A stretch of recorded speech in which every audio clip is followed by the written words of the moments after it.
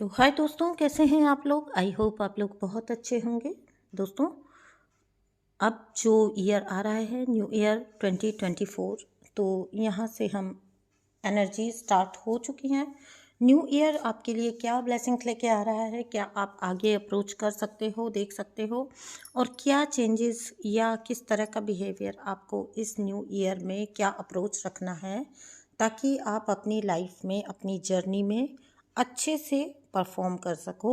2023 में अगर कुछ गलतियां हुई थी तो क्या हुई थी, और इनको अब क्यों नहीं दोहराना है, ये सारी बातें अब से हम डिस्कस करेंगे। तो सबसे पहले बात कर लेते हैं हम ट्विन फ्लेम जर्नी में अपडेट्स, ठीक है ना। तो 2024 के टाइम पर, अपकमिंग जो ईयर है इस टाइम पर, या ये जो 12 पोर्टल से लेकर बीच का जो वक्त है जितना भी, ये मैं आपको बता दूं कि डिवाइन मैस्कुलिन्स जो हैं, और सबसे पहली बात, एनर्जी को क्लेम करते चलिएगा, ठीक है ना। तो डिवाइन मैस्कुलिन एनर्जी जो है वो आपको अप्रोच करना चाह रही है। बहुत सारे डिवाइन मैस्कुलिन अपनी डिवाइन फेमिनाइन से कांटेक्ट कर भी रहे हैं, और कुछ कर चुके हैं, कुछ कर रहे हैं, और कुछ करने का सोच रहे हैं, यानी कि प्रोसेस में है, ठीक है। तो ये डिवाइन मैस्कुलिन की पहचान आपको कहाँ से होगी, आपको रीडिंग कहाँ से रेजोनेट होगी, तो वो मैं बता देती हूँ। ये जो भी डिवाइन मैस्कुलिन थे, ये थर्ड पार्टीज़ में गए थे। पास्ट में इन्होंने आपको थर्ड पार्टीज़ में डाला था, अपनी डिवाइन फेमिनाइन को, और इनकी निशानी है कि इन्होंने थर्ड पार्टी को बहुत ज़्यादा, ज़रूरत से ज़्यादा जिसको कहते हैं वो इम्पोर्टेंस दिया था, और इनकी थर्ड पार्टी के बारे में आपको सब कुछ पता था, ठीक है। ये सबसे बड़ी बात है कि इनकी थर्ड पार्टी को आप अच्छे से जानते थे, आपको पता था, आप रिकॉग्नाइज करते थे इनकी थर्ड पार्टी को। और इनकी थर्ड पार्टी की अगर बात करी जाए तो वो पूरी तरह से डेविल एनर्जी रही है। इनके थर्ड पार्टी की इविल इंटेंशन स्टार्टिंग से ही बहुत क्लियर थे। ये जो भी डिवाइन मैस्कुलिन की यहाँ पर बात आ रही है, और ये जो थर्ड पार्टी थी इनके साथ, इसका इनसे पास्ट लाइफ कनेक्शन था, ठीक है, पास्ट लाइफ कर्मा था। और इस थर्ड पार्टी ने, आपके डिवाइन मैस्कुलिन की थर्ड पार्टी ने आपके डिवाइन मैस्कुलिन के साथ हद से ज़्यादा टॉक्सिसिटी की, काफ़ी ज़्यादा टॉक्सिसिटी की है, और इन्होंने आपके रिश्ते को नुकसान पहुंचाया, आपको नो कॉन्टैक्ट सिचुएशन में लाया, और आपके डिवाइन मैस्कुलिन को सिर्फ आप ही नहीं बल्कि हर रिलेशनशिप में नुकसान पहुंचाया। लोगों से काटने का काम किया, दोस्तों से काटने का काम किया, सब तरफ से उन्होंने काटने का काम किया, ताकि आप अपने आपके डिवाइन मैस्कुलिन को ये सिर्फ और सिर्फ खुद को सर्व करने के लिए रख सकें, ठीक है ना। तो हर रिश्ते से इनको दूर किया गया, जिसमें आपका कनेक्शन भी शामिल है, और आपको काफ़ी हद से ज़्यादा टॉर्चर भी मिला, टॉर्चर भी किया गया। आप दोनों को जिस सेपरेशन में इस थर्ड पार्टी ने डाला, उसमें लंबे टाइम तक आपको रहना पड़ा। इस सेपरेशन में आप लंबे समय से अपने ट्विन फ्लेम के साथ हैं, और ये एक अच्छी और राहत वाली बात है कि अब जो अपकमिंग ईयर है, या जो एनर्जीज राइट नाउ भी है, तो अब इस सेपरेशन का अंत होने जा रहा है, ठीक है। ये थर्ड पार्टी अब उतनी इन्फ्लुएंशियल डिवाइन मैस्कुलिन की लाइफ में नहीं रह गई है। तो ये जो सेपरेशन इसने क्रिएट किया था आपके और आपके ट्विन फ्लेम के बीच में, आप लोगों के कनेक्शन में जो भी इन्होंने मैजिक किया, स्पेल डाला था, उसका असर अब लगभग ख़त्म है, और आप रिकनेक्ट होंगे।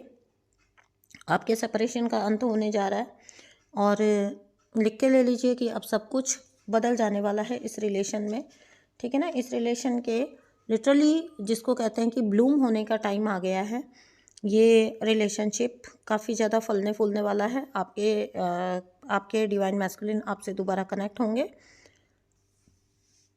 इस थर्ड पार्टी ने जो भी ब्लैक मैजिक डाला था या स्पेल किया था, वो अब अपना असर खो चुका है। आपने अपनी प्योरिटी से इसको हरा दिया, ठीक है। ये रीडिंग आपके ट्विन फ्लेम जर्नी के ऊपर बेस्ड है, इसलिए आपको भी पता है कि जर्नी में अप्स एंड डाउन्स तो आते ही हैं। इस ट्विन फ्लेम जर्नी में अगर आप हैं, किसी भी स्पिरिचुअल जर्नी में अगर आप हैं, तो आप अप्स एंड डाउन्स के लिए पूरी तरह से तैयार रहते हैं। आपको भी पता है कि किस लेवल के टॉर्चर किए जाते हैं, ठीक है। तो आपने क्या करना है, पास्ट को भूल कर, अब जब आपके डिवाइन मैस्कुलिन आएंगे या नहीं भी आएंगे, उनकी कोई एनर्जी आपको रिसीव हो रही है, आपने एक्सेप्ट करना है, ठीक है। अपनी ट्विन फ्लेम जर्नी के वास्ते आपको अपने ट्विन फ्लेम को दिल से फॉरगिव करना है। पास्ट हरकतें भूल जानी हैं। भूलना मतलब आपने जो लेसन्स लिए वो तो लिए ही हैं, है ना, लेकिन आपको फॉरगिव करने के अलावा चारा भी नहीं है। ठीक है, फॉरगिव करना ही होगा।